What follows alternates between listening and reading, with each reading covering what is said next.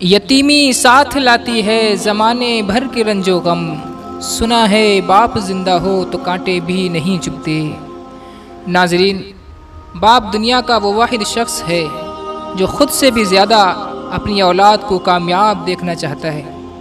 باپ کی موجودگی سورج کی مانند ہوتی ہے جو گرم تو ہوتا ہے لیکن ڈوب جائے تو اندھیرا چھا جاتا ہے۔ ناظرین، اس بچے کو دیکھیے، کس طریقے سے یہ بچہ اپنے باپ کے چلے جانے کے بعد اپنی باپ کی قبر پر گڑ گڑا کر اور رو رو کر فریاد کر رہا ہے اور کہہ رہا ہے کہ پاپا پلیز آ جائیے، میں آپ کو دوا دلوا دوں گا۔ یقیناً باپ کی دولت انتہائی بڑی دولت ہے، ہمیں قدر کرنی چاہیے۔ اور ناظرین، اس ویڈیو کو آخر تک دیکھیں اور اس بچے کے باپ کے لیے دعا کریں، اللہ تعالیٰ ان کی مغفرت فرمائے۔ آپ گاڑی آ جاؤ، آپ کو روٹی دے دیتے ہیں۔